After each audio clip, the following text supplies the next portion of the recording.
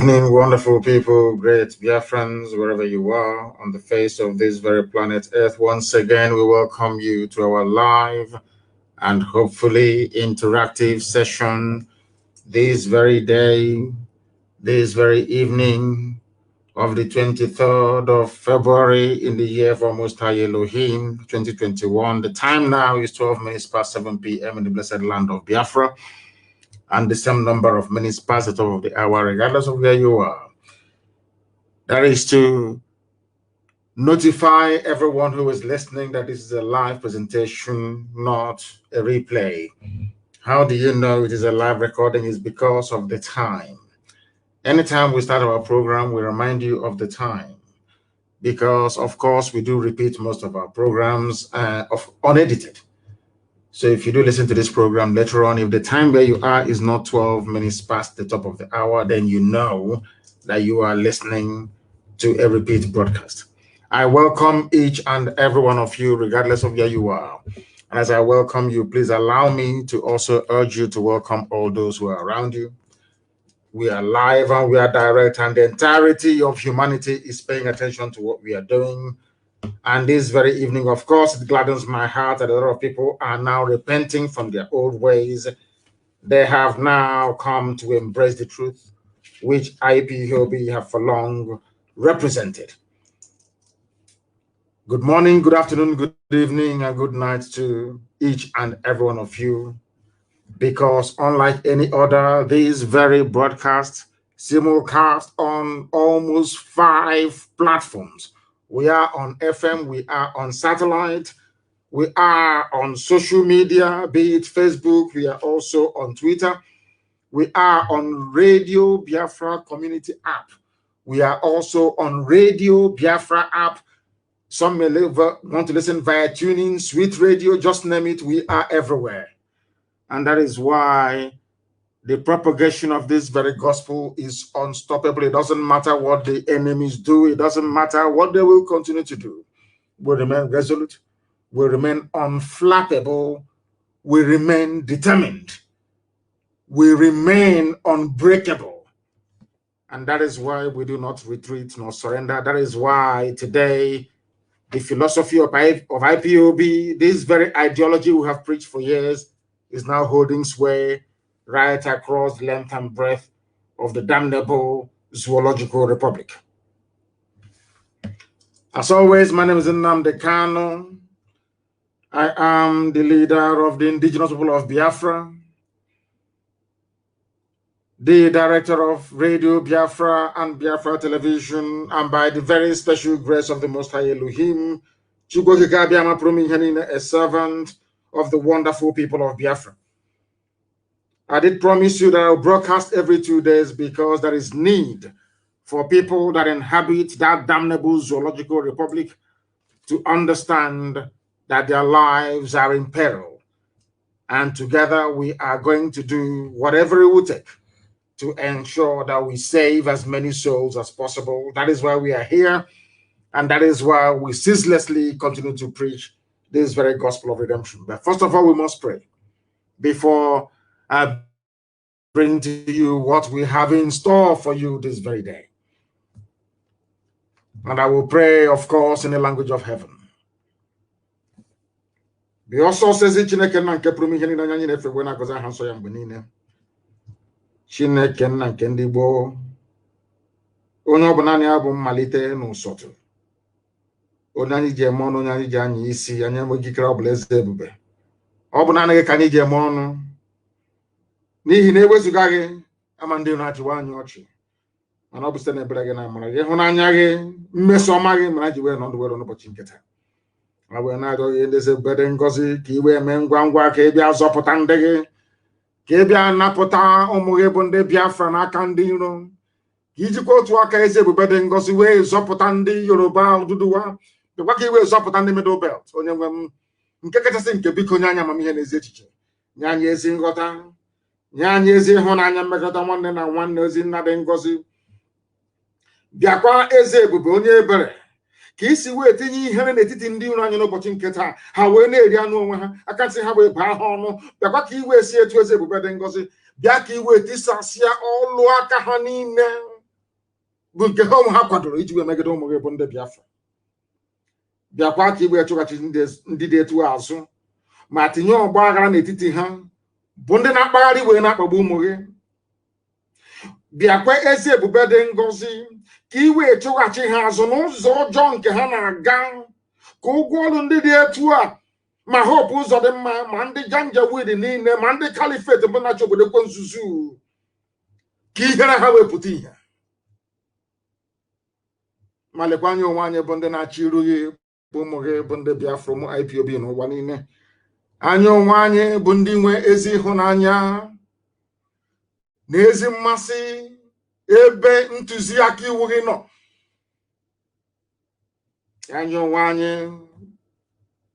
bụ ndị mgbe niile na-aja aha nsọ gị mma, na-asị ka anyị bulie gị elu Chineke nna, ka anyị bulie gị elu ọkaka, ka anyị bulie gị elu onye ọbụla ya na-achị. Ma leenụ na anyị bụ ụmụ ogbenye, anyị enweghị ego ka obodo ekwensu bụ zoo si nwee, anyị enweghị ego ka Britain si nwee bụ ndị na-ehi ha aja n'ukwu, anyị enweghị ego ka ndị iro anyị, mana ọ bụ naanị bụ onye na-edu anyị ezi nna dị ebere marụ mgbe ebighị ebi. N'ihi na ọ bụ n'ime gị ka anyị gbabaworo nna nke igwe wee na-arịọ nchekwa gị, n'ihi na ọ bụ naanị gị bụ onye enyemaka ụmụ Biafra, ọ bụ naanị gị bụ onye nzọpụta, ọ bụ naanị gị ka a na-etu Elohim, Adonai, El Shaddai, Chukwu okike abịa mapụrụ m ihe niile. Biko nụ bịa ka ime ọsọ ọsọ wee napụta ụmụ gị na abụ ọjọọ nke Britain kebara ha n'ime ya, ka ọ ga-abụ na ikpete mazụ na Biafra ga-abịa. Eluigwe n'ụwa ga-agba akaebe ịhụnanya gị n'ime ndụ ụmụ gị. Anyị ga-asị na ọ bụ naanị gị bụ Chineke nna, bụ na-ekwesị ntụkwasị obi. Kwere n'ihi Biafra ụwa niile ga-etigheta azụ wee maa na ọ bụ naanị gị bụ onye na-eme amara. Otuto na nsọpụrụ na ịja mma dịrị sọsọ aha nsọ gị, onye kere ihe niile kere eke mana onye kere ya, ugbu a ma ruo mgbe niile ebighị ebi ka anyị na-arịọ gị. Ise, we must pray in the language of heaven, because that is the same language that the angels are using when they bow before the throne of the Almighty in heaven. We are going to preach this gospel today. As you may have noticed, my voice is very calm. I want you to get your pen and paper ready. Abandon every vestige of greed, envy, and jealousy. That's your I too know brain. I know everything. Put it to one side for the next hour or two.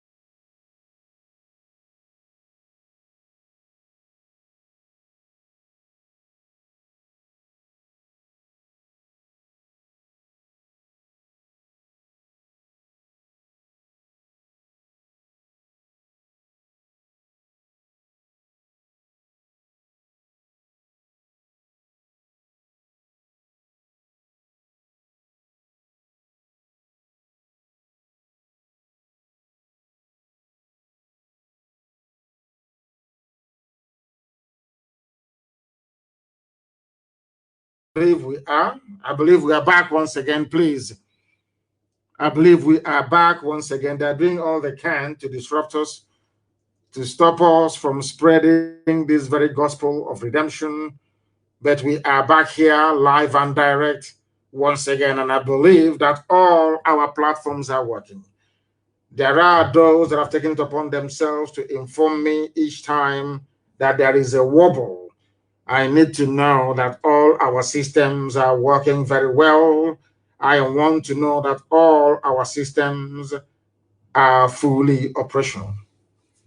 Very, very important, please. Our enemies will try all they can to distract us. Please, I do need confirmation that all our systems, that our output from here is working very well. That is what I want to know, please. Very, very critical, please, that I get this confirmation. Is anybody able to confirm with me? Even if yes, we are okay.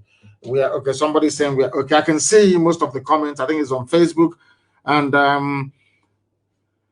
Natubugo is listening to us on Twitter via my Twitter handle at Mazi Nnamdi Kanu. Yes, I don't know if they have fixed it. We have fixed it, of course, here. Yes, they can now hear me. It is now working. Thank you very much. NDBC, thank you very much. All of you. Donatil Sunkem, thank you very, very much. Chieme Okoro said, yes, that it is now working. It is now working. So we are live and we are direct. Once again, it is very clear. And the whole world, they don't want me to preach this gospel because they know what it contains. I call it the end of discussion. After this very program this evening, people will begin to have a more deeper appreciation of the enormity of the task that is before us and what we are doing to rectify the uselessness that Nigeria has become. We must preach. First of all, this very evening, morning, afternoon, or night, depending on where you are, there is no country, nation, or geopolitical space on this earth where a black man is in control of his life, talk less of his destiny. I want you to write this thing I'm saying down, please. Very, very critical. You write it down because what we are going to do, as always, is to try to build a very necessary preamble, lay the foundation upon which we are going to rest our lecture this very evening, this very gospel from heaven. I repeat, and I'm saying there is no country or nation on this very earth where a black man is in control of his life, talk less of his destiny. I know some of you may mention Barack Obama, that he was the president of the USA, but during Obama's reign in the USA, black people were more disadvantaged than at any time in US history. Had Obama's reign in America, or should I say his presidency, been a success, you wouldn't have issues like Black Lives Matter. Black Lives Matter because racist, white police people in America were slaughtering blacks at will. That is after a black man had become the president of the United States of America. Why I'm saying that is for you to grasp the essence of the point that I'm trying to make. That there is no country, nation, or geopolitical space on this very earth where a black man is in control of his life. And I'll bring that to the zoo very, very shortly. Sometimes I wonder if God created us or God made we black people and handed us over as slaves and farm animals to serve other races. That is why anywhere you go around the world, once you are black, you are very close to the dustbin. Do you know they have a caste system in India? Do you know the lowest caste in India are black people? Do you know in Sri Lanka they have a caste system? Do you know that the lowest caste of people, they are black people? Do you know that black people are also suffering in Papua New Guinea? Do you know that they are at the bottom of the pile? I am saying all these things so you understand why these criminals, these vultures, these workers of iniquity are all against Biafra. The simple point I'm trying to make. Because when people are down, you need a force, you need a movement, you need a figure, you need a people to raise everybody up. When Asia was down, it fell upon Japan to lift the whole of Asia. When the Western world was down, it took the grit and the might of the United States of America to grind through the Second World War and still be able to rebuild Europe. Europe was rebuilt with money from the United States of America. Nobody's doubting that. At every period in history, you have always needed a race or a people to stand up and say, or to say enough is enough. It has fallen upon our generation, this very generation of IPOB, and we are saying enough is enough. And of course, and very predictably, we are encountering stiff opposition because the devil doesn't want Biafra to come. The devil doesn't want Biafra to come because the devil enjoys it, because black lives do not matter. Because all over the world, there is no place, there is no country where a black man is in control, or black people for that matter, man and woman, even black dog is in control of their lives. I want you to understand that challenging this very prevailing orthodoxy is the reason why we have so many people within and without against this very promise of God. The same thing happened to Israel. Nobody wanted the Jews to have their own homeland. Nobody wanted them to have it. Even before time, even to leave Egypt and go, they were complaining of exactly the same thing happening in the zoo, because I don't know, for some inexplicable reason, I'm in a spiritual mood this very week. For some reason, the same thing that happened to Israelites are happening to us. If you go to the northern part of the Zoological Republic, they're complaining.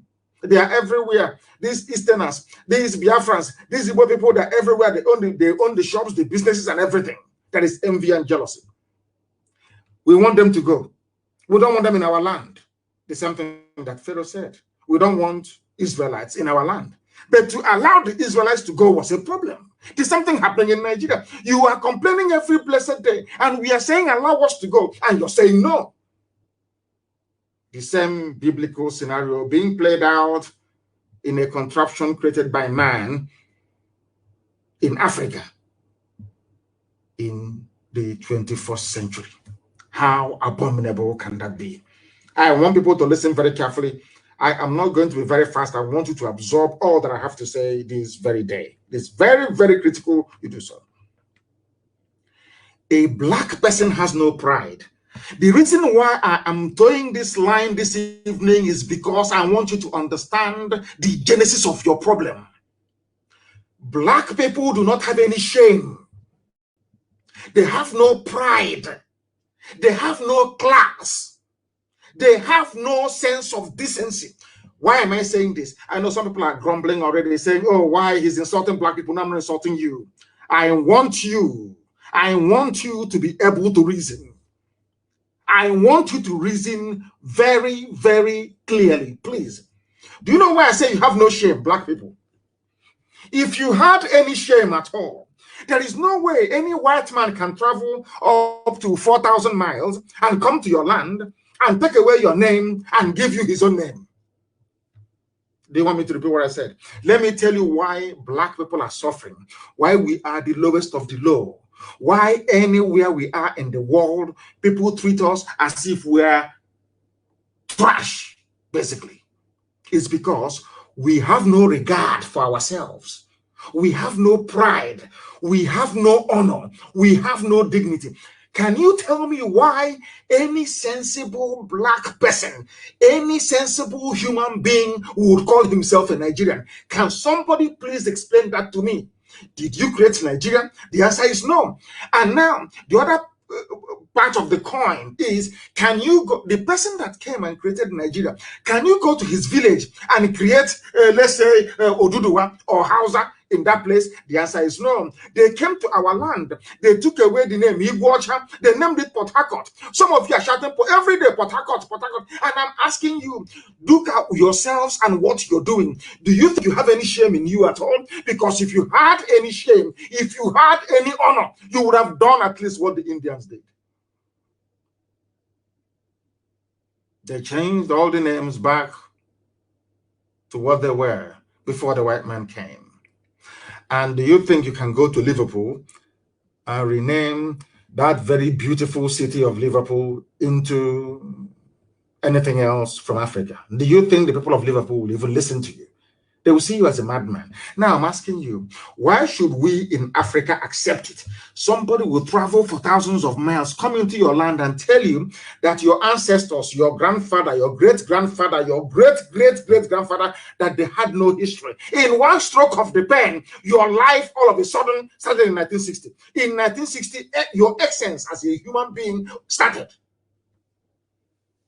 Tell me any sensible country in the world where the president is older than the country itself. And then the sensible question that any right-thinking human being should ask is this: what was my history before the creation of this thing you now say is my history? Simple research we do not do.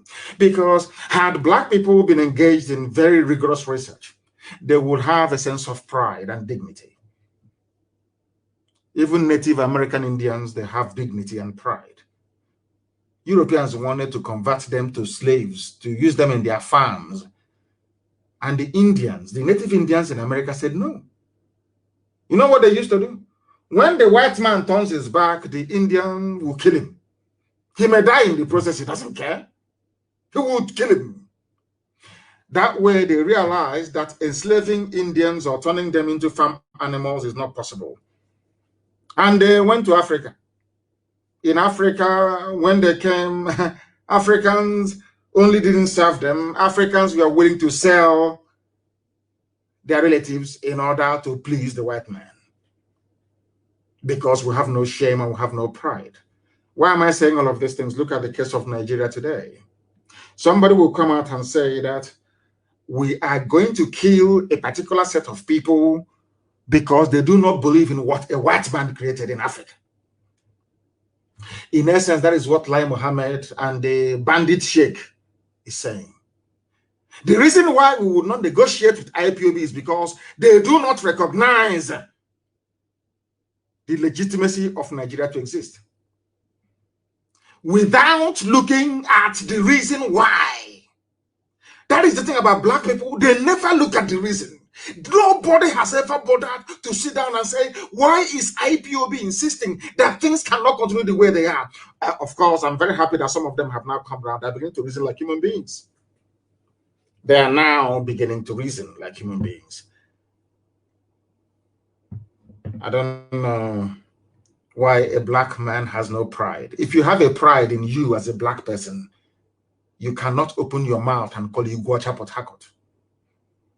You cannot open your mouth and say Nigeria is my country. It shows you do not value yourself. You don't even trust yourself.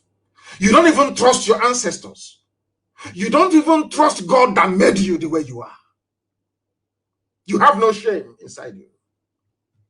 That is why white people can come to Africa and draw our boundaries for us. Give us names they want us to bear. Even those of you who are in Christendom, when during baptism, you see how clever they are. During baptism, they tell you to throw away your old name. You shouldn't answer Angoreka, don't answer Ifeinwe, don't answer Chibuzo. It's not good. Why don't you answer Raphael or answer Isabella? That has no meaning. I want to point out instances as to why people out of ignorance and foolishness defend one Nigeria. Anybody defending one Nigeria is an ignorant fool. He's a fool and is going to remain a fool forever. It means you are daft, you're hopeless, and you're very stupid. You have no brain. Had Nigeria been created by people coming together, as most people had campaigned for or agitated for many years ago, but lacked the balls to execute it. Had the likes of Shoyinka and Tinubu insisted that what we want is a and Abakoba, of course, sovereign national conference. So no matter what the Janjaweed is doing, no matter what Britain is doing, you say no, we want sovereign national conference, and then after that a referendum. But today you have pride. People wonder why we are the way we are. We are the way we are because Biafra was the first African country, second African country to taste freedom, genuine freedom, not flag independence, not neo-colonialism, no, genuine freedom for 3 years. The children they gave birth to is carrying on from where their father stopped. Because you know why? We are Biafrans, and in us there is a lot of pride. A lot of pride. I have told this story so many times, and I'm sure that even some people may be bored of hearing it, but I will say it once again. One of the things that formed my outlook on life was Alex Haley's book I read, Roots. I think I was a 17-year-old when I read Roots. I read Roots, and a very brilliant book, I must say. There's an adaptation of it. I think it's a movie now as well. So some of you who are not taken to reading very voluminous text, you can go and avail yourself of the cinematic interpretation of that very brilliant book. Roots, R-O-O-T, Roots, R-O-O-T-S, Alex Haley. In that very book, that was why when anytime, or the 2 previous occasions I went to America, I had to go to Georgia, Atlanta, Georgia. From there, I drove, or somebody drove me. Uche drove me for, what's his name? What's his name again? I've forgotten his name. I don't know if it's old age that is coming. I keep forgetting things these days. I've forgotten his name, but it will come to me. He drove me for 5 hours. He's based there in Atlanta. We went to a place called Savannah. Because when I got into Georgia, you see, I said to them that I want to go and see that very place that an Igbo man said he will not be a slave to a white man. I went there and I prayed. And that very place is called Savannah. And the woman that has the house, that her garden is actually on the very spot at the bank of this very creek where they drowned themselves. She was enthralled. She said, yeah, people come around here to have a look. We were there to pray. You see, at that very spot was when white people realized who we are. That these people are a very, very proud race and very stubborn. You see, they brought them all the way from Onitsha. In fact, basically in Obaro, they took them from Obaro and traveled all the way to US, men, women, and children. And when they inquired what they are there for, why they bound them in chains and brought them all the way to America, the white man said they are going to be sold as slaves to work in the farm, to become somebody else's property. And they said, instead of me to become a fellow human being's property, I would rather die. Do you know the reason why this part of Black history is not given due prominence? It's because it will teach our children who we are, that we are a very proud race. That is why people must understand, when they look at Biafra IPOB agitation, they must understand where we are coming from. If you are another race, you may be comfortable with being a slave. That is your business. But where we come from, in the land, the original land of the free, where God Almighty in heaven is the king.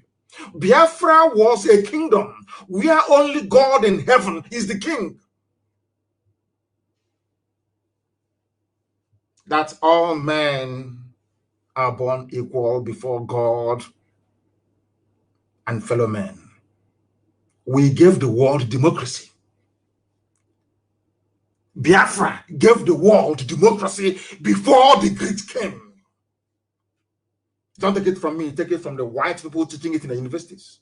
In Argentina, that is what they teach. It's a fact. That is why they don't want Biafra to come, because you are the light of the black race. That is why Janjaweed can't understand us, because their reasoning is too low and is too poor. They know nothing. They know absolutely nothing.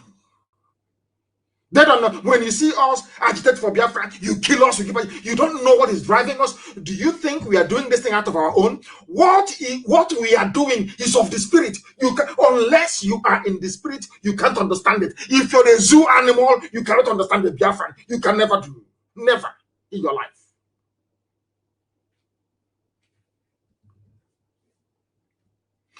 You are in a country where somebody created for you.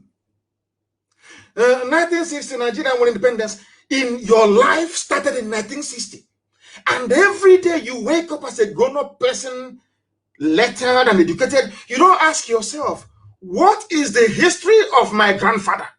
You don't ask, because you're black, and every nonsense that comes to you, you accept. Ask yourself why we go on protest. You kill us, we go on protest. You kill us, we keep going. You kill us, we keep going. Have you ever wondered why? Do you think that what we are doing, that we even know what we are doing? No, we don't. What is driving us? What is driving our essence is something beyond the comprehension of a black person in Africa. You can't understand it. That is why Biafra is an enigma. Only the intelligent can. Only the intelligent who are in the spirit can. And because Biafra is down, that is why black people are suffering all over the world. Do your envy all you like. Be jealous. So unless Biafra is free, you can never be free. All of you together. So it is in the best interest of everybody to join hands together that we may liberate ourselves. Now let me ask you this very simple question. All their years of restructuring debate, all their years of sovereign national conference, all their years of talking for constitutional change, has anything happened? No. Ask yourself, why is it now that everybody is talking about change, that something must give? Had IPOB crawled back into its shell at the height of the persecution, do you think that we would have given people the courage to say what they're saying today? People are saying what they are saying because they know that the zoo was unable to suppress IPOB. Anybody talking anywhere in Nigeria is because of IPOB. Anybody anywhere standing up and shouting, it is because of IPOB. Do you know why? Because that's how God intended it. You see that race of people from the east, from Igodomigodo, all the way to Ambazonia, people of the east. You see that very little place that Islam could not come into. You see that very place? Do you know that it was done for a purpose? Do you know that the time Islam was making it to the west coast of Africa, every country in West Africa, Islam, Quran dipped, or they dipped Quran in the Atlantic? Only the east. Have you, people, I don't know, have you ever sat down to ask yourself why there is Islam everywhere else, but not in the east? Because you don't know. You see, because Elohim never wanted it. God never wanted it.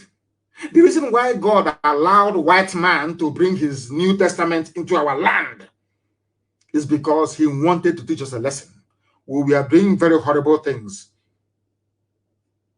at our temple in Arochukwu. Very horrible things. And God was upset. The same thing that happened to the temple in Jerusalem was what happened to us. But after 2,000 years, Israel rediscovered itself.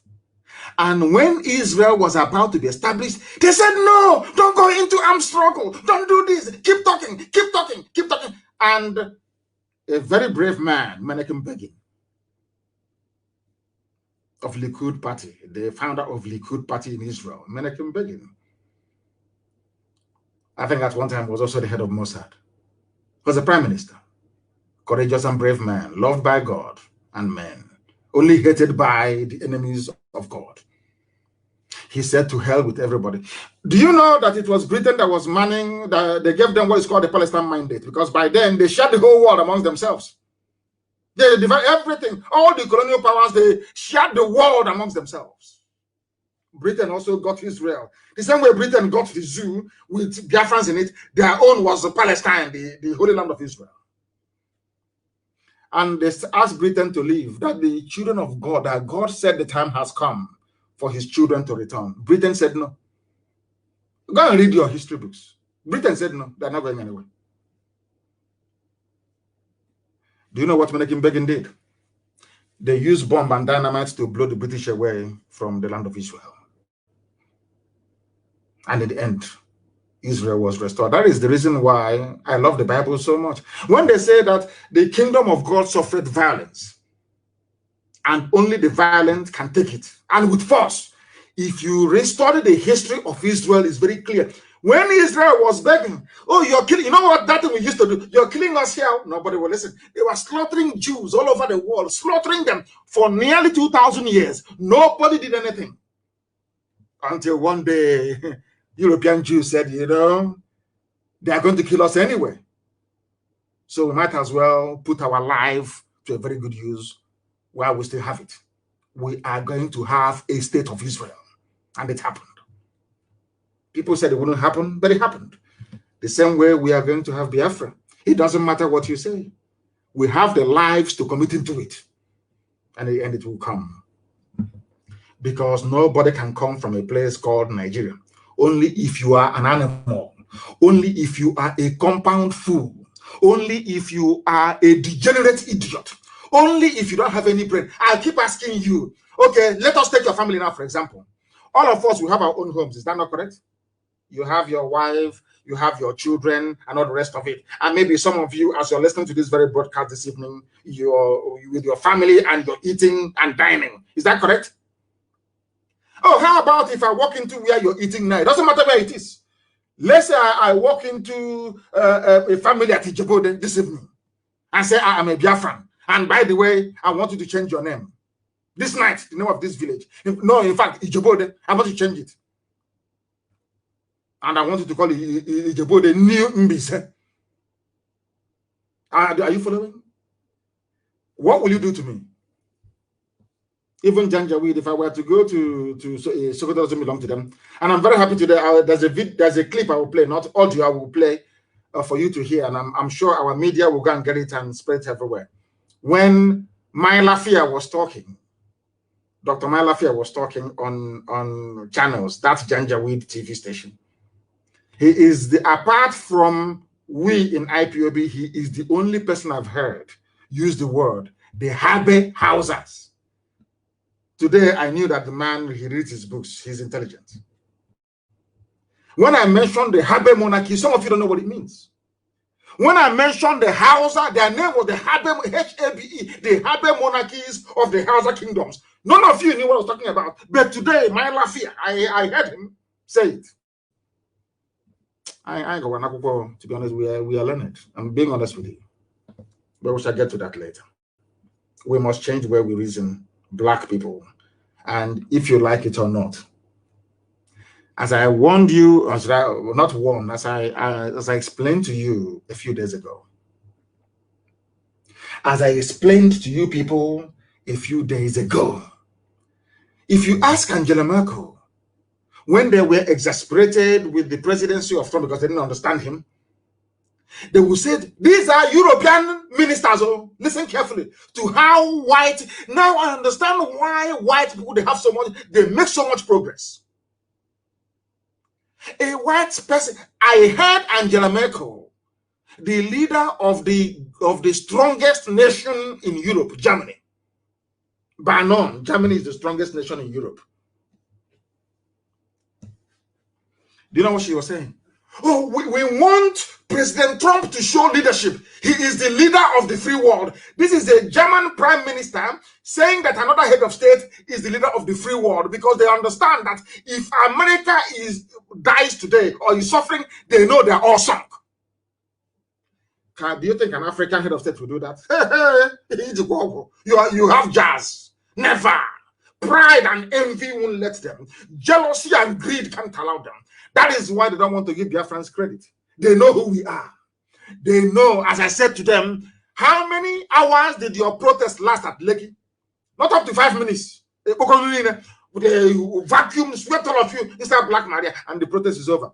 Because I did not bring out Ipob. I did not bring out Biafrans in Lagos. Had I given the order, come out for protest, by today, the protest will still be on.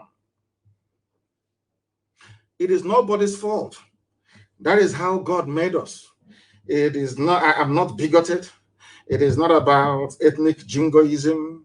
It is not about a sense of racism. That is all rubbish. But the creation as we know it started in my land.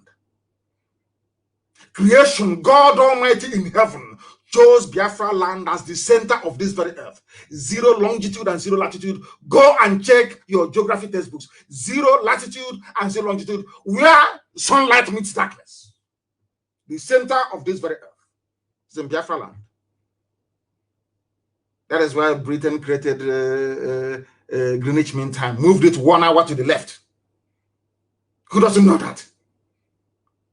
That is why they're afraid of us. That is why they cannot get any conviction in any court in the world. That is why they're even afraid of us, of trying us in their own courts. That is the reason why we are as formidable as we are. But the devil will try. The Gwensu will try, as they did against the emergence of the glorious state of Israel. They will try, but they will fail in the end, because we represent the light. Do you know that darkness has no power? You see darkness. You see, darkness has nothing feeding it. I want you to understand and relate this very analogy to the zoo called Nigeria. You see darkness, or actually darkness. You know, when NEPA takes light, there is darkness everywhere. That darkness has no power. Darkness is only acting because there is no light. Once light comes, it disappears. And it can never come. As long as that light is on, darkness will never come close. Never, ever, ever. It can never come close. Have you do a simple experiment? Because you see, darkness, you know, when you're going out at night and there is no light, there is darkness everywhere, is because there is darkness in nature. Nothing is fueling it. There is no generator generating darkness. No, it's there, just there. Like Lucifer. Once, you see, for you to defeat darkness, you need to generate electricity or light. And to generate light takes energy. You must do something. You can't keep quiet. You must do something. If you don't do something, you continue to live in darkness. So at that time, you put your the battery inside your torch and you on the torch. What happens? Darkness along that line flees. It can never come as long as your light is on. As long as your light bulb is on, there is no way darkness can come. But darkness, it doesn't cause darkness anything. Like a Fulani Janjaweed, it doesn't cause them anything to destroy. But to overpower them, you must come together. There must be synergy. There must be energy. There must be momentum. You must have that thrust. By thrust, I mean T-H-R-U-S-T, not T-R-U-S-T. Now you understand me, don't you? Now you understand me, don't you? I insult black people because I want them to develop some sense. Begging them doesn't work. This black. But how can you explain to somebody who is a PhD holder, who is a professor? A professor who will open his mouth and call his land Port Harcourt. You're a professor of maybe nuclear science. That means you have no shame and you have no pride. We all mask our collective impotence. You know, blacks are very impotent.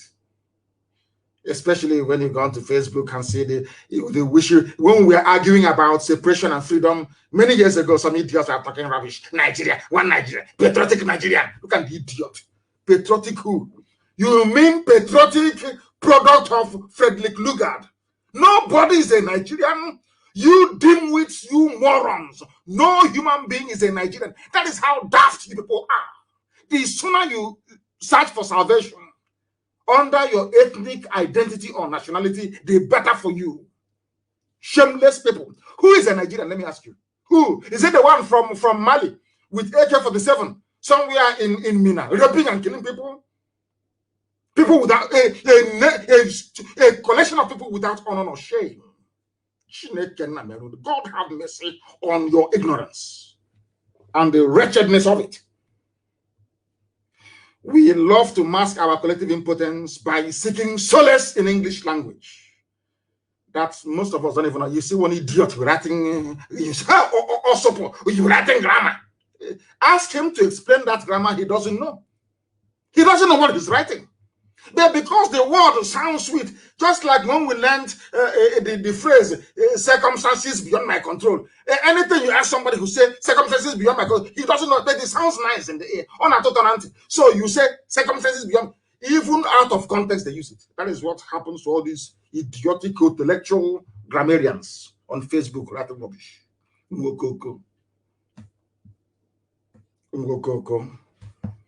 Now listen. Imagine how powerless we have been for years to make minor, what I would even call insignificant change like ordinary restructuring. Ask yourself this question. What would it cost for an to restructure? Nothing. No, it doesn't. Nothing. Those championing restructuring did not say let's break Nigeria. No. They said let's make things better. Somebody somewhere said no. Go through your senators. Because they know they have the numerical strength to frustrate whatever motion or bill that you have on the floor of both the House of Reps and of the Senate. And somebody who is so blatantly disadvantaged will rise up in the morning and tell you he's a proud Nigerian.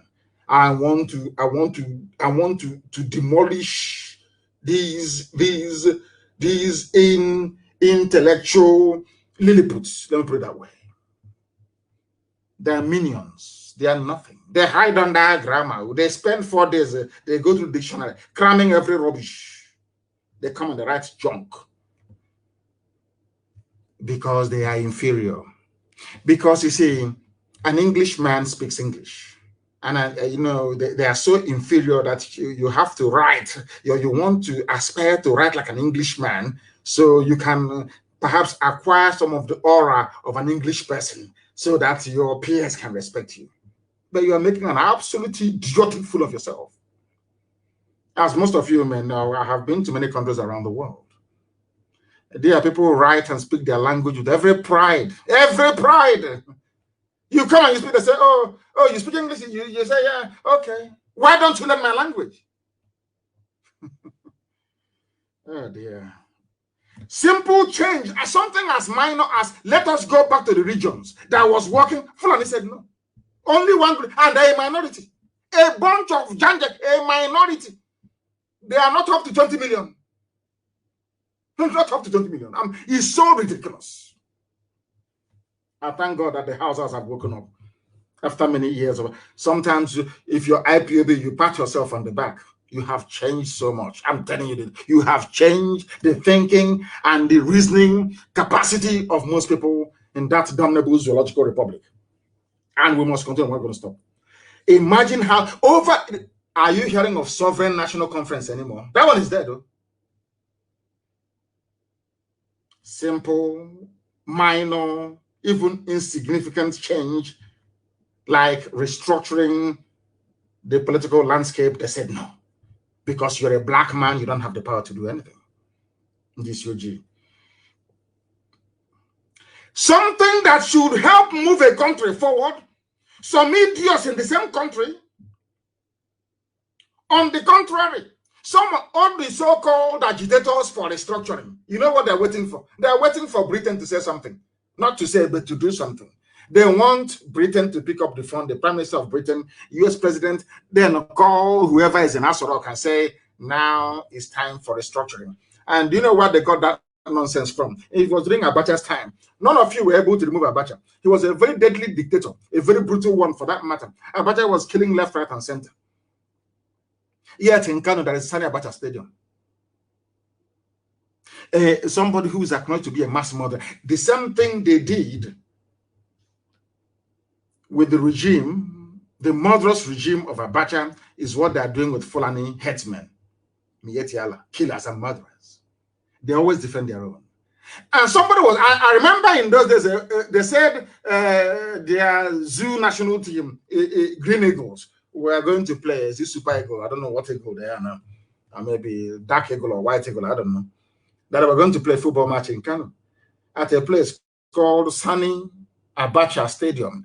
And I remember the white commentator saying, come on, Sani Abacha Stadium? Was that not the dictator? Hey, Shem left everybody and was doing me. He had a happen now, left everybody and was holding me. Now you understand it, don't you? The same way they are defending. Is it not Buhari, the dead one, or the real Buhari? When that dead Buhari was, do you remember when Buhari said that Abacha did not loot any money? Have you all forgotten? One Nigerians. You see the way you reason? That is why I feel sorry for all of you. You one Nigerians. Your stupidity cannot be weighed on a scale. Your idiocy is legendary. I'm telling you. Sani Abacha Stadium. And they said Abacha did not steal anything. Hiding under English. It's common destruction you cannot do. Ordinary, everybody agrees it may help.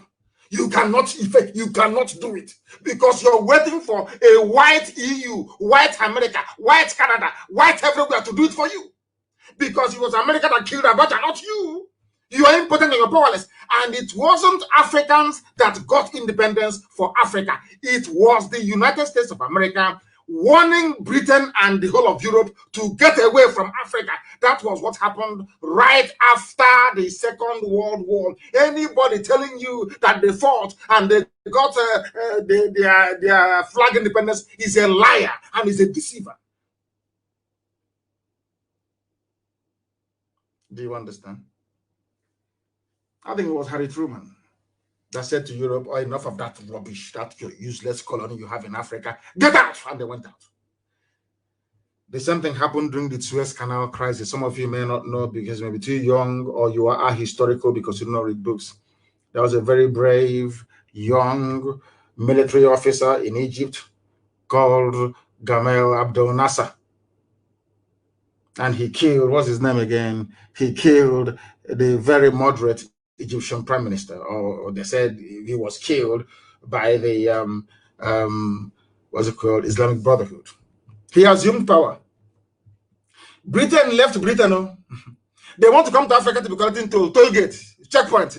They set up checkpoint as well because it's far more easier, like the Panama Canal, far more easier for ships to use the Mediterranean Sea to cross through the Suez Canal into the Arabian Gulf. Is it a Gulf of Eden or is it Arabian Gulf? One of the two. The Arabian Gulf. As they call it, Gulf of Eden. Because that way the ships, rather than going through South Africa, the Cape of Good Hope, and coming back up again via the Indian Ocean, a very long journey, you cut that journey short by taking a shortcut. Britain built a toll gate in Africa. When NASA came in, NASA said, you cannot come here and be collecting money, tax on my father's land. You have to go. Britain said no. NASA took it over by force. I think it was Prime Minister Eden in England, in Britain, that sent British expeditionary force to go and retake Suez Canal that doesn't belong to Britain by force. The Suez Canal Company. They went into Suez Canal after 2 or 3 days. Eden got a phone call from the US president in no uncertain terms, told him to get away from there, it's not yours. That was how Britain withdrew. Because Britain listened to USA. Because USA take care of British interest as well. Now, do you understand how they play this politics? Do you understand it? in your own land, you cannot even bring about a simple change. Ordinary restructuring, not even freedom. Ordinary restructuring you cannot do. Always blowing useless, senseless grammar that has no meaning. After blowing grammar, there's no light, no hospital, no good roads. After blowing grammar and putting on tie in the middle of the afternoon, also swallow a sui, and I was so speaking grammar all the time, and nothing is happening. Intellectuals everywhere. We mask our collective impotence by seeking solace in English language we don't even understand, most of us. Are always waiting for white people. We are not going to wait anymore. We are better off dead now. Okay, what are we doing with life? This stupid, useless life. A life where somebody can come from Mali with AK-47 and go to Zombe and decide to rape a grandmother. After raping the grandmother, you say they are misunderstood. You misunderstood them. They are my brothers. According to Sheikh Gumi. Is that the type of country you want me to be in? Are you mad? Are you sure you're well? Are you sure you are well? Are you sure you are well? Intellectuals everywhere. But now they have come back to that. Most of them have come back to their senses. We need to get off our lazy asses to make lives better for ourselves by seeking freedom for everybody. I said mass overdose of freedom. Freedom is like vitamin C. In actual fact, it has no overdose. More freedom is better for everybody. And that is the freedom that we are seeking for everybody, for every dick, every thumb, everybody must be free. Everybody must be free. They caged you in the zoo, treating you like animal, the same way they treated your fathers, they're treating you, and you take it. All you do is you complain, you mourn, and you go back and you sleep. Not in IPOB, we don't do that rubbish. Look at how successive governments in Nigeria adopted what I call the pauperization. I want to get it so people can understand. You know, when you turn somebody into a pauper, into a very poor, wretched soul, I call it the pauperization philosophy of the Fulani Janjaweed. You know what they do in their feudal system? They become wealthy by impoverishing everybody else. You have to be poor. Only their children will go to school. Only them will have houses in Dubai. The ordinary Hausa man on the street is doing Babial with no hope for his children. But even Fulanis are suffering. It's only the feudal lords. They have educated, semi-literate feudal lords of the Fulani. They brought in that mentality. Some of you don't know why you don't have light in Nigeria. Sometimes I look at it and I laugh. A country that has coal, abundance of it, you have wall-to-wall sunshine every blessed day. You have tidal waves along the coastal lines. You have dams, you built dams, yes? You have gas. Let me repeat, you can generate electricity through thermal, which is coal, through gas, through wind, through waves, sea waves, through hydroelectricity. All these things are in abundance. Some of you go to China, you see, they even make fake solar panels, and it works. A country of 200 million people cannot even utilize Kainji Dam that they built. A country of 200 million people they bring out gas from the ground. They ship this gas to Europe, to South America, to Asia. Those people, they have 24 hours electricity from the same gas that you're shipping from Ohaji. But people on Ohaji don't have any light. I don't know if I'm making sense, if people can understand what I'm saying. It's a lecture. People in faraway Japan that has nothing, they have light. People in Enugu that has coal under them, as you're walking in Enugu, it's all coal under you. They have no electricity. Do you see how stupid black people are? Sometimes, to be honest, if you sit down and begin to ponder how useless black people are, you will go outside and you commit suicide. I'm telling you the truth. It's a simple question. How come I produce crude oil from no, you don't produce. God gave us crude oil. You export the crude oil in one barrel that contains everything from kerosene to paraffin to engine oil to plastic, everything. And then you only import petrol that you used to drive your car and diesel. Whereas you have refineries in your country. Let me be very honest. It's not pulverization. Pulverization is to make something disappear. That's to pulverize. Pulverize is to make something disappear, not pulverization. To impoverish somebody. Impoverishment. That is the philosophy of the Fulani. That's what they brought into Nigeria. So don't you know that? If they give you 24 hours electricity, which they can, all those girls they are taking to Dubai will not be cheap anymore because they'll have their own jobs, they'll have their own cars, they'll have their own businesses, they'll have their own mansion. That time you have to start buying flour and chocolate and behaving very well. No, that's the difference. You know, abroad, when you want to talk to a woman, you have to buy chocolate. You first start by begging. Can we eat together? That's why you may wait for 2 or 3 months to get reply. Then after that, you start to buy chocolate. You will know every brand of chocolate. You may buy one, you say, I don't want the one with milk inside it. I want original chocolate, the dark one that is 99% cocoa.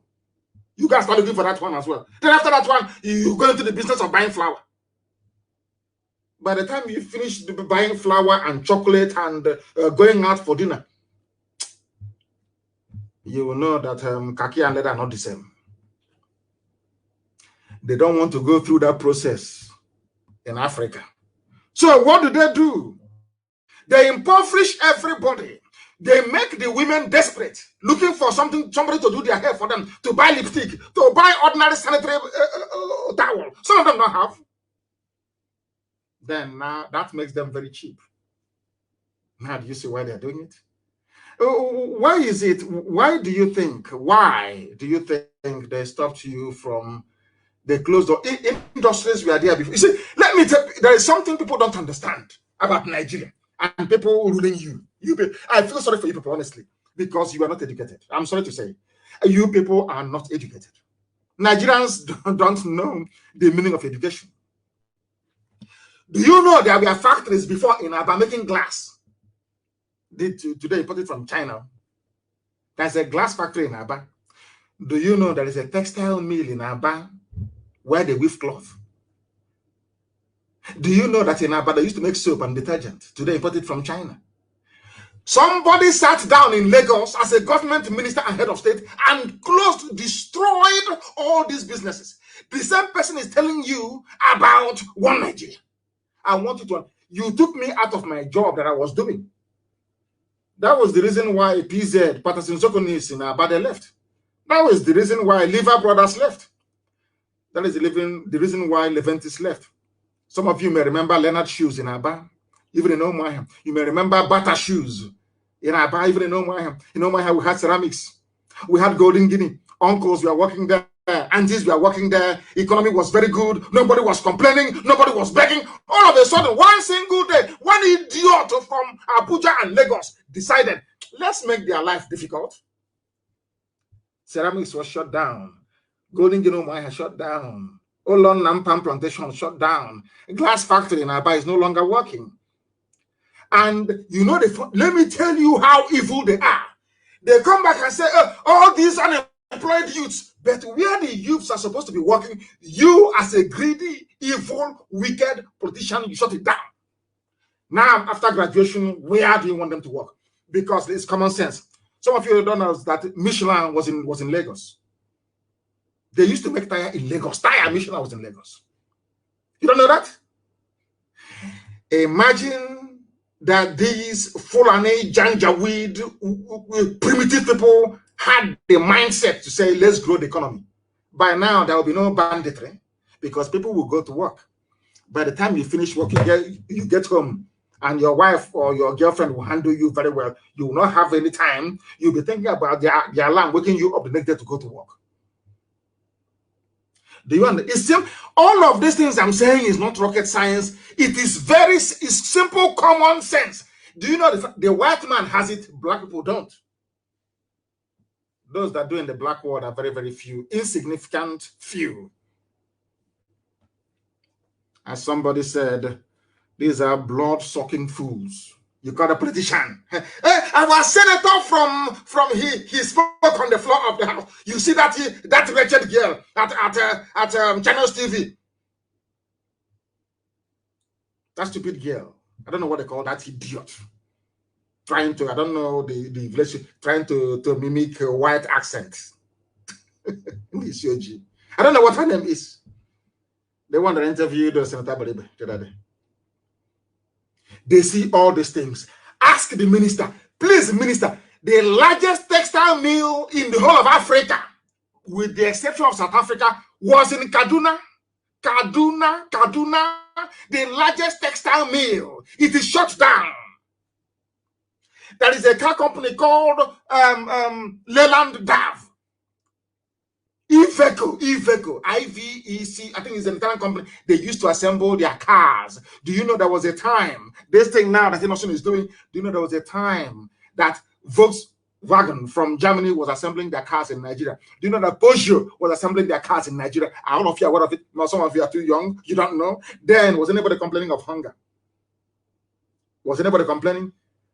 In those days, all you need to do to be able to, you don't need to buy any bone straight hair. All you need to do is to write a very good letter to somebody you like, and they'll respond. You don't need money to do anything. Money for what? Everybody's feeling very well. These idiots, they never liked it. They don't like it one bit. They want to control you. How Fulani controls you is by making all of you poor. By making you poor, you start to eat each other, to grovel. Even when you're hungry, you start looking for something to eat immediately. That was why they broke NSAS, the first protest and the second one, because all of you are hungry. They made it so. Once a black person is hungry, you can control them anyhow you like. They go to China, they borrow money, they buy Chinese products. Even, I'm not saying don't buy Chinese products because China has the grace already. That's how God blessed them. But the little things you can make in your village, just make them.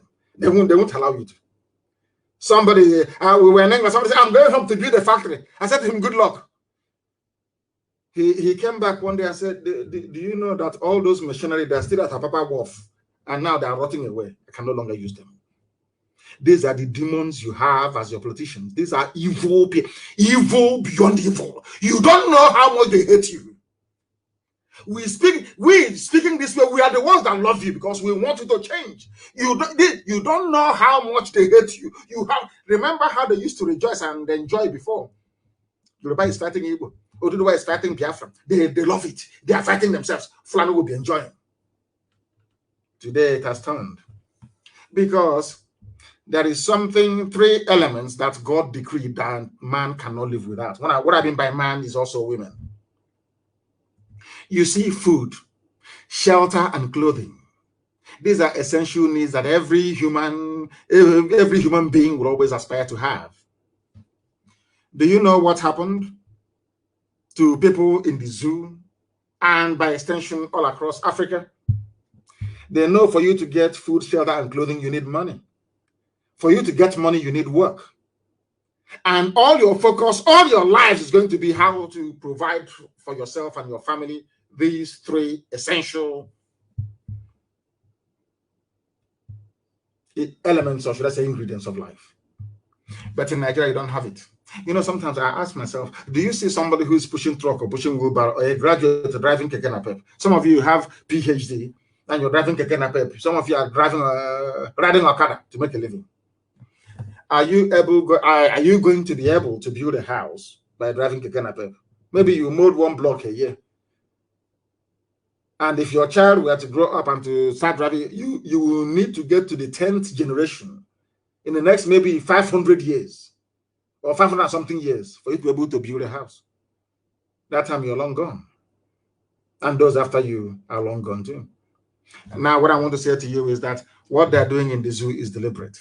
And what IPOB is doing, what we in the Biafra movement is doing, is to set all of you free.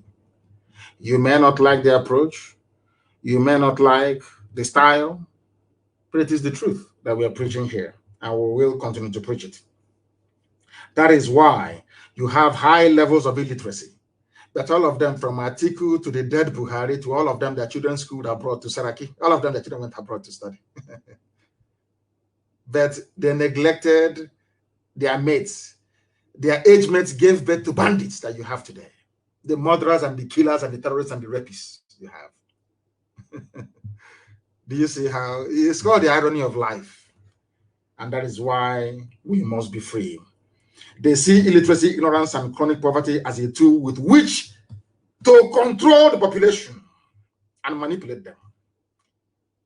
That is why Roger Sokracha was able to rent his own thugs and hope most of them are his own thugs. These are hungry people, hungry youths. They have to feed and eat.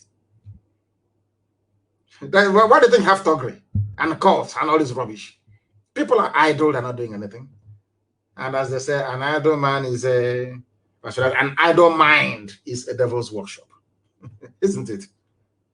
You know, we are one of the people that when I read a book, I take something from the book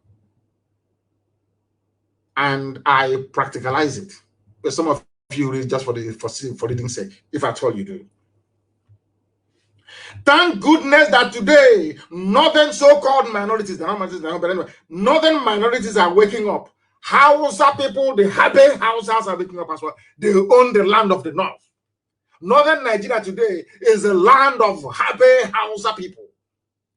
Not Fulani. Not Fulani, never. Can never ever be. And Hausa people must rise up to take their land back. It may seem impossible, but believe you me, by the time we are rising up everywhere, these murderers and killers and rapists from the vulture-infested foothills of Jalon will head back from whence they came. You must understand this. How is it that 200 million people cannot effect a change against an oppressive gang of people, 2,000 lunatics, calling themselves politicians? Are they up to 2,000? No, they're not. And they're back up. Let's give them credit. Let's round it up to 20,000 people. 20,000 people oppressing 200 million people. Reminds me of how white people came into Africa with only 20 men and conquered all of us. Look at where we are today. And we allow these 20,000 people every blessed day to be ruining our lives.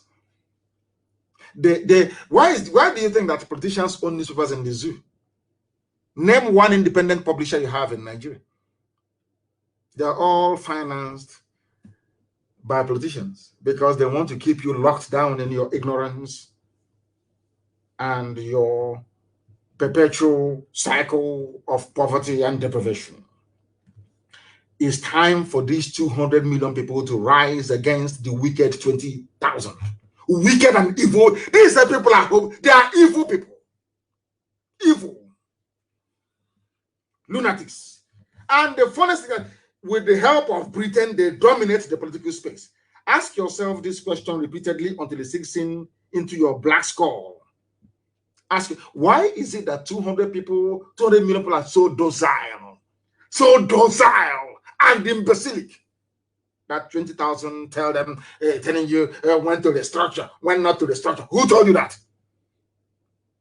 A republic means a nation run according to the will or dictates of the public, of the people. That is some of you don't even know of republic. Anyway, you have His Royal Highness in a republic. Oh God, what a contradiction. I am happy that today our own intellectuals are now beginning to see the light, of course. Before they were in darkness, they are now in the light.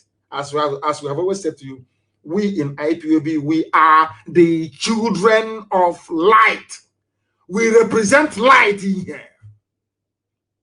Light. Now people are coming from darkness into the light. And why am I saying this? The rate at which Efulefus are repenting these days, I see them, some of them on social media, some of them are asking me for forgiveness. I'm just happy. You know what they say, when one person repents, there is joy in heaven. All I have inside me is joy that people have now seen that thing that we saw many years ago. The rate at which they're repenting these days, some of them are, people send me their write-ups and I'm saying no. They say no, it's him. That intellectual, he has now converted. He now has reason. or should I say reasoning capacity. The rate at which they are embracing the ideology of IPOB, you would think that rapture is about to happen, or that maybe that Jesus Christ has landed somewhere and making his way to the zoo called Nigeria. And following behind him is Prophet Muhammad, at the rate at which people are these days converting. We have succeeded in resetting the minds and the brain of your average Nigerian. Everybody, go to the TV and the write-ups. Everybody now speaks like IPOB. Everybody, everything they're saying is now what IPOB used to say. This very indigenous people of Biafra, this noble family that never capitulated, they stayed strong, immense. Despite the slaughter after slaughter, they remained. That is why, for me, it may sound a bit incestuous, but for me, the only people that I have regard and respect for is IPOB, to be honest with you. The only people I have regard for is IPOB, nobody else. When other people were falling by the wayside, IPOB held on tenaciously and doggedly to this very ideology. That separation is the best solution. People are now beginning to reason properly. And above all, they have now acquired the courage to speak out, and I welcome it. Somebody wrote a very compelling, a former intellectual, he wrote a very compelling article. I couldn't have written it myself. I couldn't have a very good argument, and I want to use it to drive home. Hey, 2 hours are enough now, but I want to preach the gospel of heaven. Because you will see it happening. Gospel of heaven, that's what I preach. You, as of course, most of a very handful of you, as black people, you will always find reason to be black in terms of your stupidity. But here, I don't have time for such. This very former intellectual wrote, United Kingdom, listen carefully, please, you Nigerian.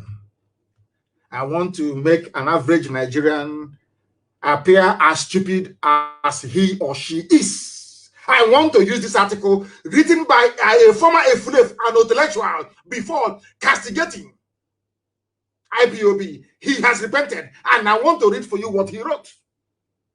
To tell you that, as I always said, in the end, we always win. It doesn't matter what you do. We will wear you out in the end. You will see who knows what happened to him. In the end, we win. Always we win. Now, listen. United Kingdom, the people that created you, you Nigerians, your creator, God did not create you. Stop. Every Nigerian should stop saying God is my creator. God did not create you. I can tell you who created you. And at the precise moment when she created you, I will say she, in this case, Flora Shaw. God did not create any Nigerian. The man that created you and the woman, they are both dead. That is why the zoo will die. United Kingdom was formed by the people of United Kingdom, not a foreigner. This intellectual rights. But the same United Kingdom will not allow we black Africans to freely determine our own political future. Are you listening very carefully? Britain was formed by Scotland and England coming together in a meeting, in a sovereign national conference. Let's use that term. In a confab, they came together in a confab. And Scotland and England decided we are now going to be one under these terms. Some of you don't understand the United Kingdom because you call it London, so I forgive your ignorance. Do you know that in Scotland, United Kingdom, which is part of the UK, that they have entirely different judicial system? The Scottish court is called the Scottish Court of Sessions. In England, it's called the High Court or Appeal Court. In Scotland, they have sheriff till tomorrow morning. In England, you have chief constable. Different policing, different legislature. Scotland, they have their own flag. England have their own flag. Wales, they have their own flag. Northern Ireland, they have their own flag. Everybody's on their own. Even the education system is not the same thing. In Scotland, people still go to university for free. In England, you go with a loan. All these things are there. But do you know what I find astonishing? The same United Kingdom will not allow you to have the same thing that they have. Now, ask yourself this question. Why is it that they don't want you to have what they have? Now you understand it. Now you understand it. Black people. Black people, when will you receive sense? This UG, black. When will you receive? Britain is against restructuring. Britain presided over, should I say, superintended the slaughter of 5 million people because they don't want you to have what they have. Ojukwu went to Aburi to go and negotiate confederation, regionalism, the same thing you have in England. The British High Commissioner then in Lagos told the Fulani people to say no. The records are there. Ojukwu never went to Aburi to go and secede. Ojukwu went to Aburi to go and get what you're fighting for now was what Ojukwu was fighting for in 1967, but none of you knew. They used their propaganda BBC to deceive all of you. If you meet an average, illiterate, useless Nigerian, he will tell you, Ojukwu went to war, Ojukwu went to war, Ojukwu went to secession, seceded. That is why I said that, anyway, by force, they will receive sense. Intellectuals everywhere, black people, they eat their own flesh. You eat your own flesh. But when you see a white man, you jump up and start, you stand and you salute him immediately. That is why a vagrant, a street, a homeless white man can come to Africa and become a manager in a top company. You have no regard for who you are. But we are IPOB. And we have regard for who we are. Britain, they have restructuring. Scotland is on their own. Britain, why can't I have what you have? They say no because we're a nigger. We created you. How can they are playing God? We created Nigeria. Every Nigerian is a British product. Some of you are like a factory product to them. You are like a factory product. And the worst factory product you can ever have is the one that doesn't know that he or she is a factory product. I'm very sad indeed. Britain, give us what you have. Common restructuring Britain will not allow us to have. This is what is called total control. They own you. Fulani are doing what they because Britain is behind them. Fulani can kill all of you. No, yeah, Britain will say it's farmer header clash. Farmer header clash. Farmer header clash. They are raping your mother. Fulani Janjaweed is on top of your mother with AK-47, raping her in front of you. You are calling the British High Commissioner. Come and say, it's farmer header clash. You are farmer header clashing on top of a woman. Is that farmer header clash? Is that farmer header clash? I ask of you. Black Africans, even in the United Kingdom, have a better political prospect than those in Africa. This is the reality that we black people have failed to confront. A black person in England, in the UK, has a better political future than a black person in his father's compound in Africa somewhere.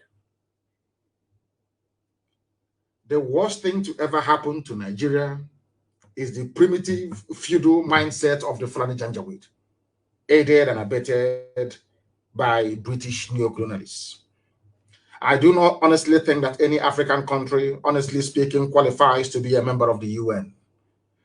What we have in Africa are artificially created political enclaves under the domination of their colonial masters. It is called neocolonialism.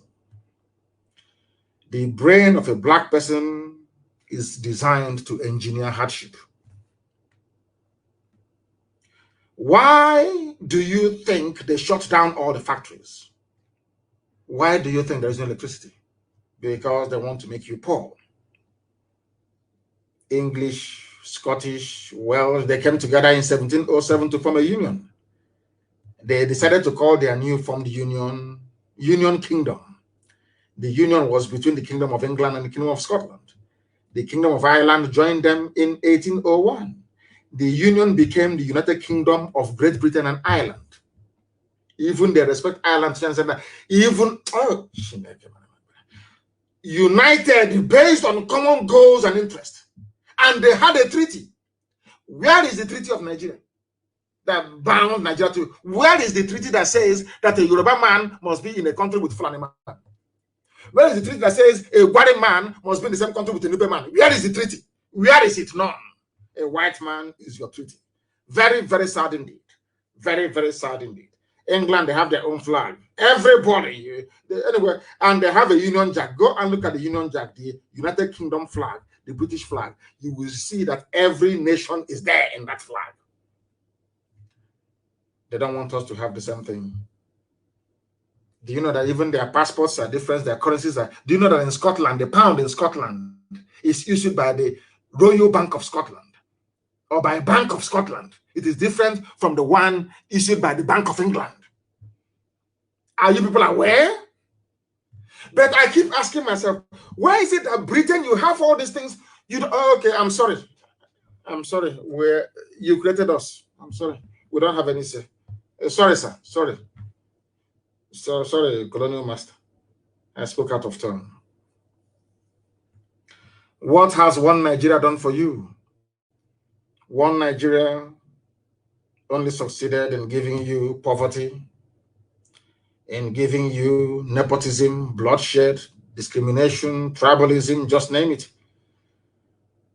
At no time in the history of the Zoological Republic of Nigeria did these zoo animals called Nigerians ever sit down to discuss why they need to be together.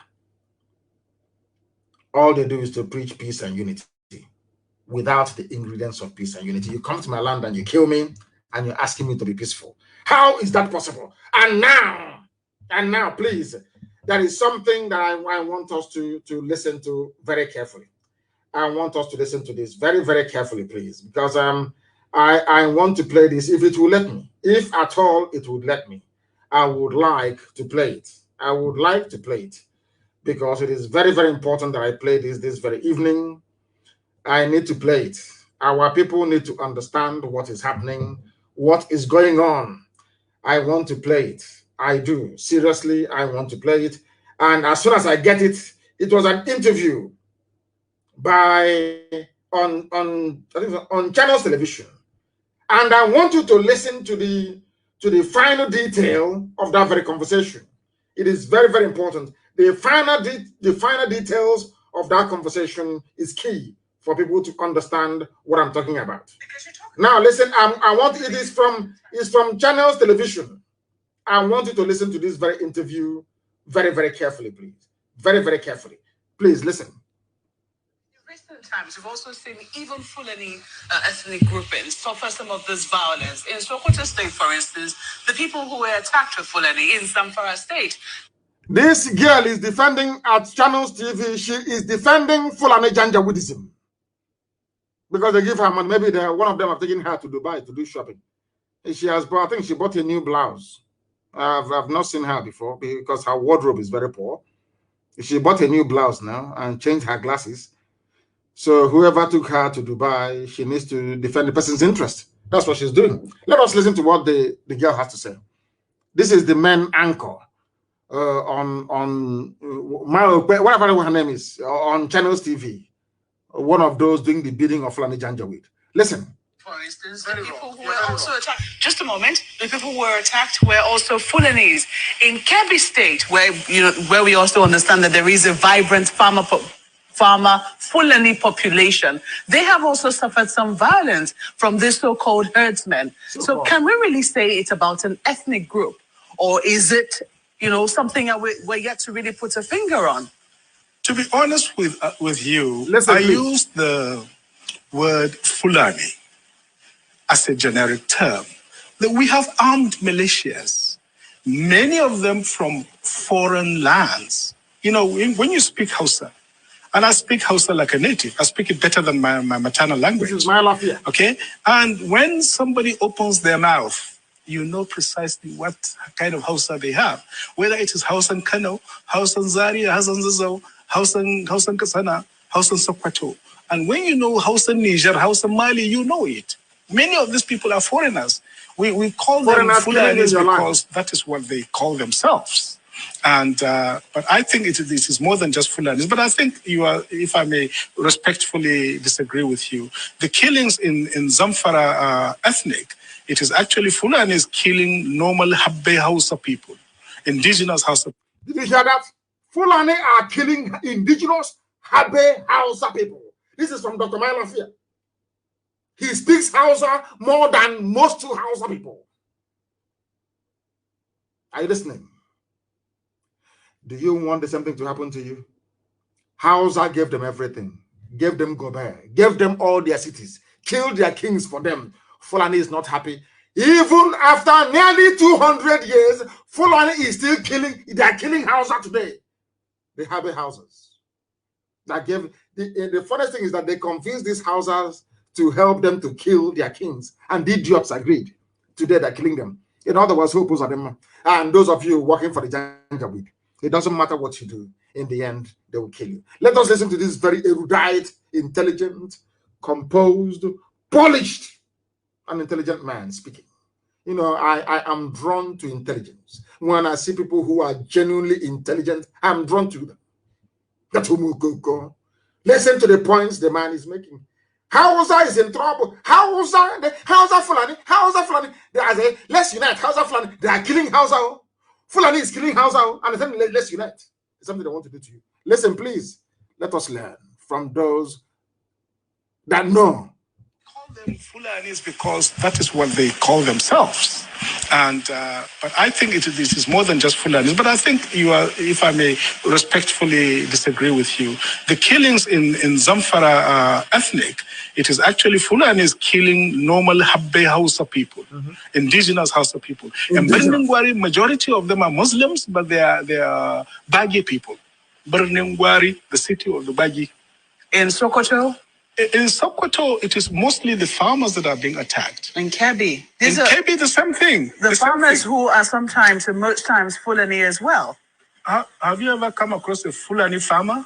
I think you're making this up, Mope. There's no such thing as a Fulani farmer.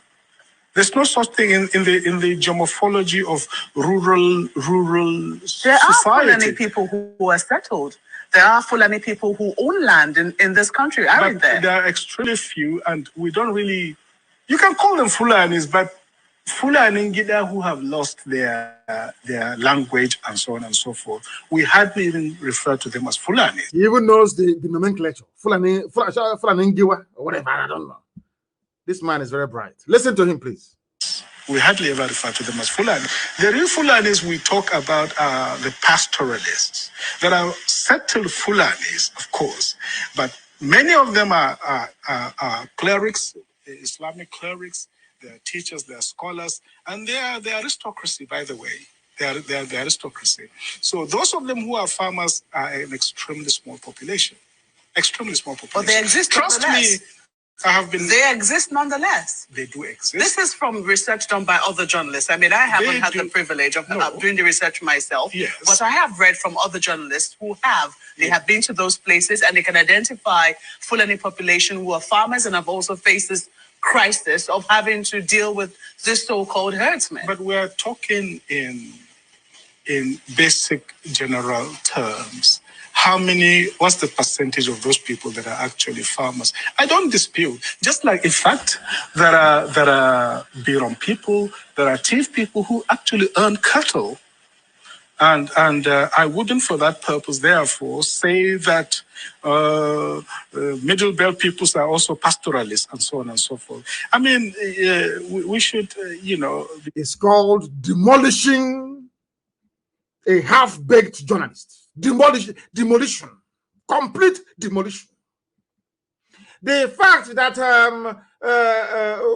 what's it called? I know Umahi has about 3,000 heads of cattle. Does it mean that Igbo people of Igbo, they are pastoralists? She's trying to justify the killing of human beings by saying that the Fulani should be excused. They are also, that stupid argument. We are also suffering. Rubbish. Absolute rubbish. Listen. Very precise, I think, in the social categorization of these people. Yes, indeed, there's nothing wrong. There would be some small percentage of Fulanis who own farms, and then there wouldn't be anything wrong with that. And that is not the issue. The issue is the scale and the genocidal level of ethnic cleansing that is going on in the Middle Belt. So this has come up again because of this in the Middle Belt. Yes. I said genocidal killings going on in the Middle Belt. The same Middle Belt that the Fulani is convinced to join hands with them to fight Biafra. That is why when I pray, I say, I can sing about let that hand they used to feed others poison. May they feed from it as well. And may they too be poisoned. The same Middle Belt, they convince Igbo man is your problem. Biafra is your problem. That is what Fulani does. Every time two of you will be fighting, they'll be busy advancing their agenda. Are you hearing it now? The Hausa gave them land, accommodated them. Today, Hausa people are being killed. During the war, they said to Middle Belt, Igbo man is your problem. Whenever you see them, kill them. They helped these people from the Middle Belt. They helped to kill Igbo people. Today, they themselves are being killed. What goes around, as they say. Listen. It was saying, absolutely. Which some people say tends to come up every electoral cycle. The moment we're getting closer to an elections, we hear calls for restructuring and we begin to get much louder. We also seem to see some violence on the increase. Do you think they're connected? No, they are not connected. You see, Maokwe, the call for restructuring has been going on for a long time. And I can tell you, in all sincerity, that I myself was quite skeptical about it at the very beginning. He was a skeptic. Some of us are real Nigerian patriots. We love Fulanis. We love Muslims. They are our people. We have no issue with that. The issue we have is with this ethnic cleansing that is going on. All men and women of conscience must reject it. We must draw a red line beyond which we will not longer accept it. And this nonsense has got to stop now. We reject it in total. And the call for restructuring is just right, because if this thing is going on with such a warped federal structure that we have, then it is better to have a proper federal system so that all the ethnic so-called minorities, and the Middle Belt are not minorities, because we've done some statistics, they're up to 40 million people. They're one of the largest groups in this country. As a group, let these people have the right to choose through a referendum which region they want to belong to. Did you hear that? Why I said, if you are in IPOB, you must pat yourself on the back. You are formidable. He used the word referendum. So the Middle Belt, what they're angling for now is a referendum to determine if they want to be with the Fulani-controlled Janjaweed core north, by which I mean the Sharia north or not. Who brought referendum into the debate? Political debate and discourse in the zoo. It is IPOB. Are you listening to it? That is a point I want to make reference to. And you must be very patient and listen to it. You must be patient and listen to what is happening, because this Fulani journalist or Fulanized journalist, you opened her mouth to say what I've always wanted them to say. Basically, she hanged herself. Listen carefully. So people that want to come together, that believe in the secular order of the state, that believe in humanity, that believe in social justice, can come together. Those who want to introduce the Wahhabi ideology from Saudi Arabia are free to do so, chopping people's heads and chopping their arms. That should be their goddamn business. But people who want to live in a civilized community should be free to come together in their own region under their own government and their own laws. It's very interesting you use the word civilized. Some people will say they take exception to that, because for them, Sharia is civilization, and they don't see anything wrong with it. Some countries have practiced it successfully. I've told of Wahhabi ideology from Saudi Arabia. That is barbaric and totally... with due respect, it is. They're allowed to choose whatever. It is very barbaric. They have no rights with women. But you cannot condemn what they have chosen. It is. You cannot condemn what they have chosen. Are you listening? This woman is saying you cannot condemn what they have chosen. Why don't you allow us as well to choose if we want to live that way or not? She's from Channels Television. That's how they hang themselves. And she's an intellectual. Do you see the way they behave? Do you see the way they are? They know that referendum is the way to go. If the Fulani can choose to behave, to live with Wahhabi tendencies, that is their business. Also, allow me to live in the land of Biafra the way I want to live. And they're saying no. That is why you have Fulani in your bushes. That's why you have the Janjaweed in your forest. They're raping your mothers, abducting your sisters, killing your grandparents. And there is nothing you can do about it because you are in one damnable zoological republic. The more you call yourself a Nigerian, the more you're setting up yourself for destruction. If in doubt, go and ask the Habe Hausas. They are being killed today. If you're in doubt, go and ask those in the middle belt, the Wadi people that are being killed today. Why? Because they allowed them to come in. So all of you like Hope Uzadema. Hope Uzadema. Okay, we shall see. We shall see. That is why Sheikh Gumi can come out to brazenly and shamelessly justify the killing and raping of women and children by his own people, the bandit Sheikh. Have you seen the video of those, I call them fools in the army, Christian fools in the army praying in Sambisa forest? The same Sheikh Gumi that they are fighting for. They're in Sambisa, they are Christians from the south and middle belt fighting a war to keep Sheikh Gumi safe with his family.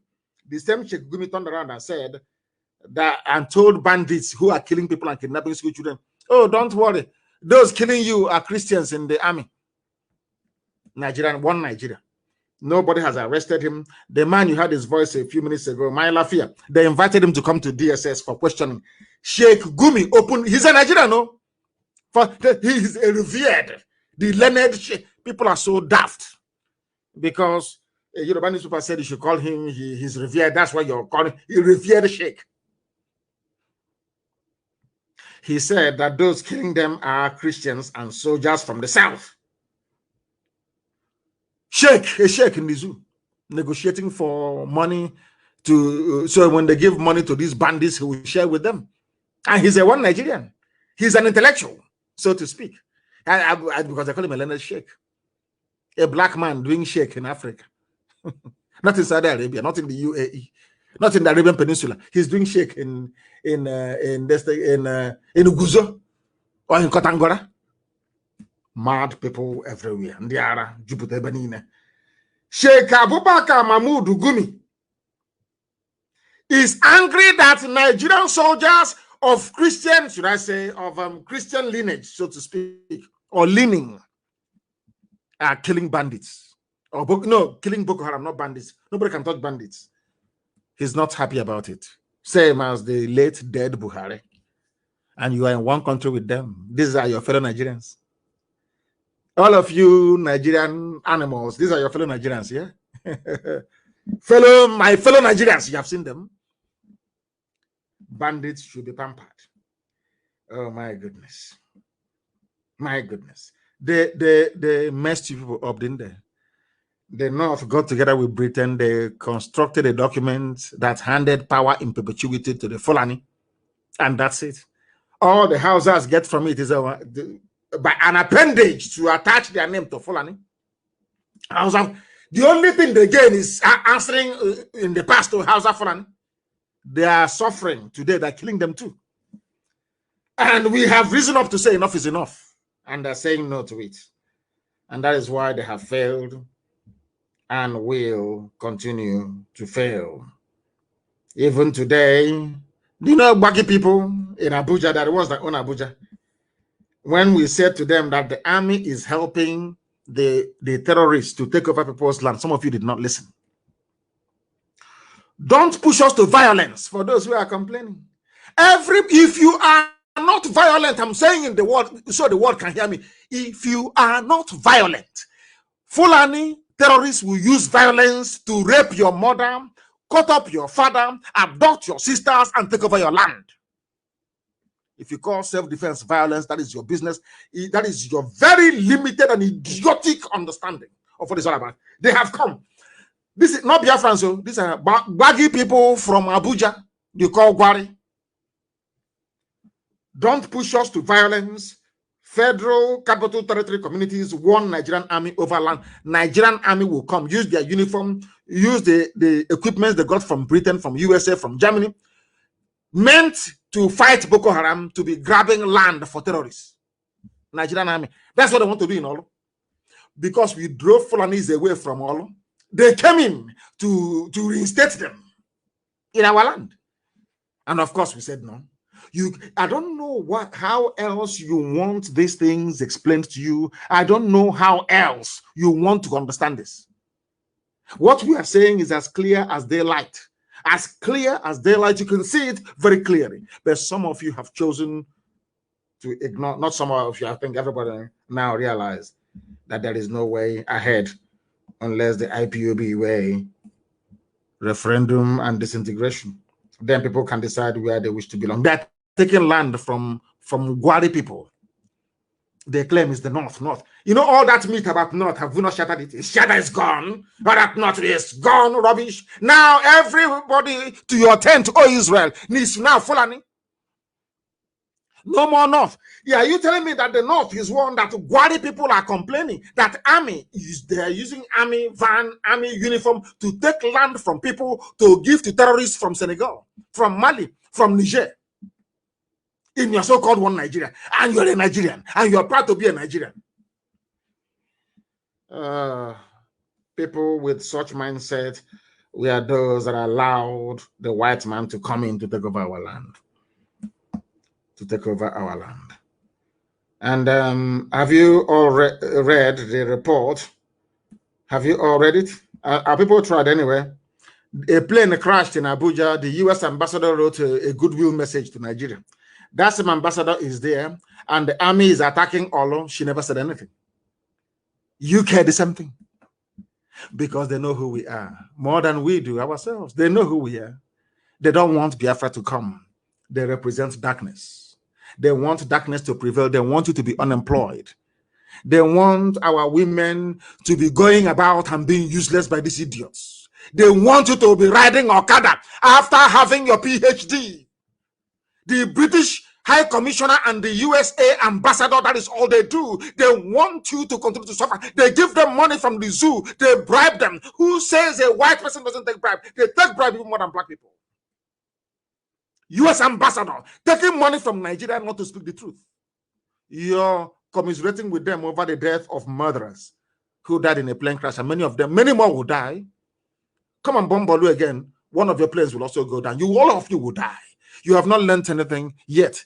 Those that confronted IPOB, all of them, from Buhari to the last one, where are they today? To Junaid Buhari, they're all dead. You confront this great family, you will die in the process of it. US ambassador is a woman.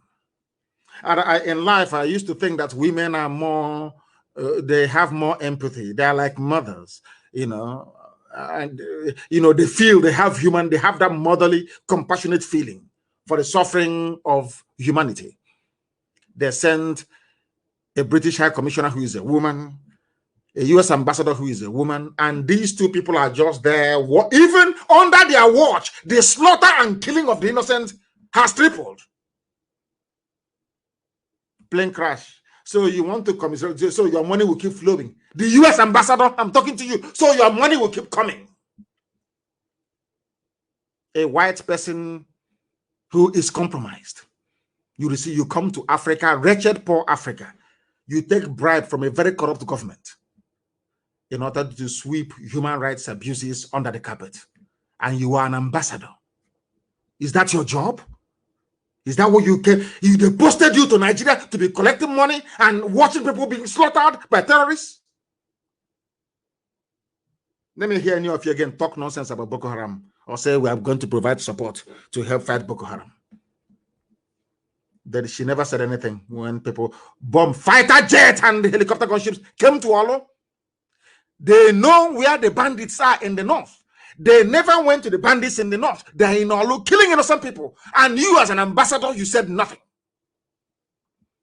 Absolutely nothing. And you're an ambassador. An ambassador. There is heavy gunshot and explosion in Maiduguri. Hey, hallelujah. Thank you, Lord.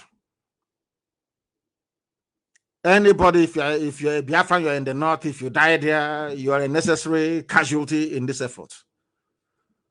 Because only an idiot will be there. The Fulanis are killing Hausa, they are so-called Hausa Fulani. How about you? Stay in the north. They said it's a breaking news coming out now. Odum Nkechineke is writing on Facebook the explosions and gunshots in Maiduguri now. People are revolting everywhere. In office, I told you, you see Somalia. So some of you will be begging for visa to go to Somalia. You beg for visa, and so Somalia will say no. That's how evil. That's how bad Nigeria will become.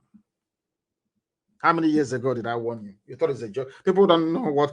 I told if you know what is good for you, just quietly give me Biafra, let me go. If you keep saying no, God, the God I serve will destroy all of you. Will be destroyed, all of you. Is it not happening before your eyes? Mad people everywhere. Olu raid. Army confirms airstrikes. Arrest 20 IPOB members. They just go to houses and they pick up people. They say that we are no IPOB family member was arrested. There is something evil. There is something satanic about a black person. You just see somebody walking on the street, as they did in Aba today. You just start doing from jumping them and arresting them for no reason. Because you were humiliated. I thought you said you had raided their camp and they gave money to them. You know, brown envelope journalism in the zoo, no investigation. They wrote their usual junk. Army said, where is the army in the bush? Let army go and take pictures inside the bush in all. Let them go and do a video inside the bush. The place they claim they have retaken from ESN. Go and do video from that place. Let us see you. You go there, they will pick your flesh in pieces and put it in a bag. Liars and deceivers. The army came out today to confirm that they carried out airstrikes in Olo. Army confirms airstrikes in Olo. But BBC, you know, people think that it is, I wake up one day and I hate somebody. No, you have to be a child of Lucifer. But some of you are black, so you don't reason very well. So I will forgive some of you. Some of you that still follow BBC, but I forgive you out of your ignorance and your stupidity. BBC was instituted to make you amenable to this wave of Fulani conquest coming your way. BBC can never serve you. BBC can never serve you, not in 1 trillion years. Never, ever, ever. It can never, ever happen. They hate you with a passion. They despise you. They don't like Biafra. The reason why they do not like Biafra is because they know that Biafra is the light of the world. That is the reason why they did everything possible to cover their murderous tracks after the war. They know what they are doing.